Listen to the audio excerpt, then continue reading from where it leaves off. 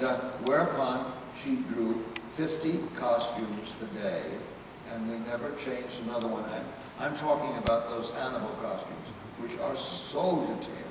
And they were about this big, and they were in such detail. And she probably provided, how many days would that? 10 days, 500 costumes, finished. And the only contribution I made was when we did the ball scene on the stairs. She'd say, "You got any ideas?" And I'd say, "Oh, well, what about a half man, half woman costume? And what about a, you know?" And she'd say, "Oh, I'll do that. That's fun," and that kind of thing. But that's about all I did. And then the guys came in, and they were very excited.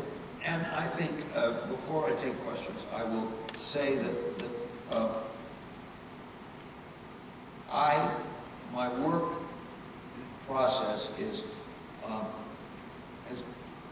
been pretty much the same for 55 years. I like a model. I like to absorb all the material, story, relationships with the people, and so on. It's very important to me to pin a metaphor on a show. Now, just to further explain what I mean is, as far as I'm concerned, and you may not even agree with me, what the show is about a man who is unfortunate enough to have been born grotesque and to have hidden the whole of his life, and a girl who responds to it the same way most of us respond, by pulling away, and then over the course of the evening falling in love with him, really, and seeing him totally different.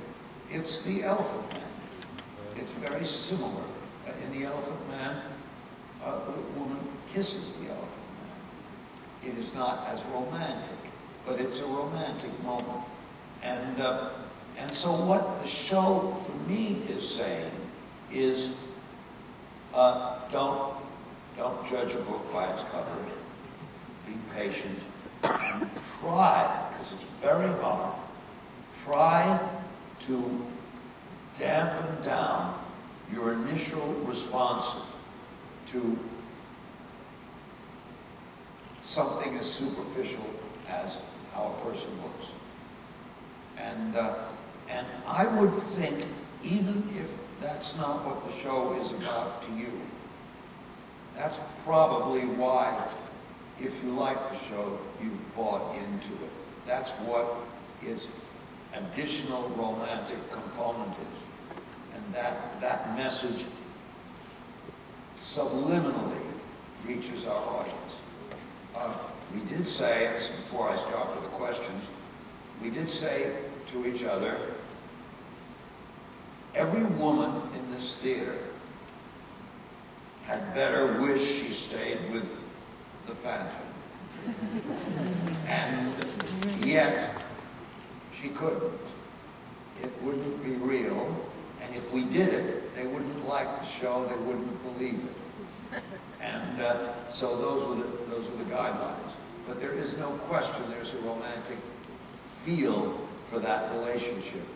And yet, she has to go off with Raoul. And Raoul, we protected enormously by the way, this Raoul was quite marvelous, I think.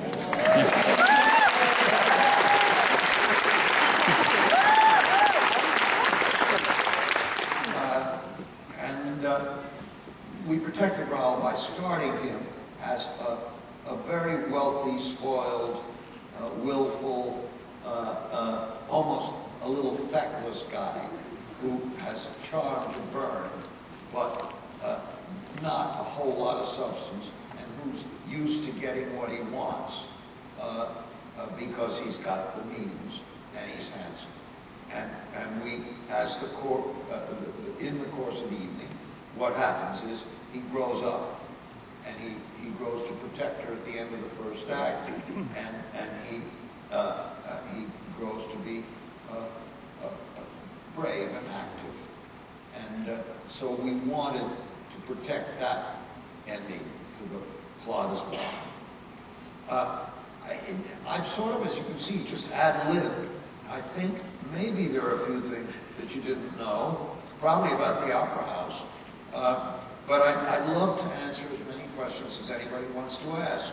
And so here we go. We've got a microphone for you, and I hope I can hear. It's an honor to speak to you, sir. Thank you for being here.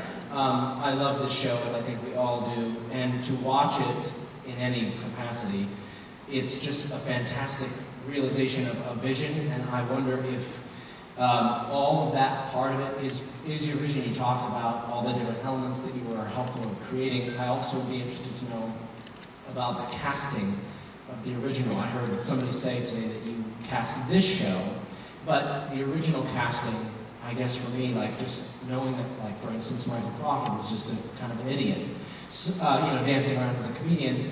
Did you have any doubts about him, or what elements of casting did you have? It's a good question. We were trying to cast, and it was a difficult task. At one point I thought Mandy Patinkin would be just brilliant in it, and he has the voice, and he would have been, but he wasn't interested. He was making a movie. He incidentally showed up at the opening in London off the set of that movie. And he's a good friend. I thought it was kind of appropriate that he should see what we came up with. The phone rang one day, and Andrew said, do you know Michael Crawford? And I said, no, I don't know him, but he's just, I mean, he's incredible. Far served. And I knew that he'd been an athlete, and that he had been very athletic in Barnum. He did a tightrope walk all the way across the stage, unbelievable. But I did not know he had the pipes for it. He apparently was a famous boy soprano, and he had a very, very legitimate musical education in singing. So I flew to London, and we met in Andrew's office, and Andrew played something, and Michael Crawford sang, and in about 2 minutes he had the job. Simple as that. Sarah was married to Andrew, and I think Andrew wrote the show. Wrote the show for Sarah, with Sarah in mind. When I came on as director, he had assumed that she wouldn't have to audition. And he had a wrong assumption. And I thought he was pretty upset with me. But I said, no, she has to audition for me. So we went into a theater. Poor girl. She'd been sort of assured she wasn't going to have to audition. But of course, she's perfect Victorian. She's her face and her demeanor and everything. She's from another time, and it worked wonderfully. Then all the rest of the casting we did in London. Steve Barton was an American who had, he's the Ralph. That's the hardest thing in the world to come by, was a juvenile lead. It's easier now in England. There are more of them. I think the advent of Phantom of the Opera has created a lot of performers who can do it and could not do it before the show existed. So Steve Barton had whatever the equivalent of a green card is, but he was working in Berlin. And I was given his number and called, and his wife answered, and we chatted, and I said, would he come to London and audition for us? And he did. He got the part, and he was splendid.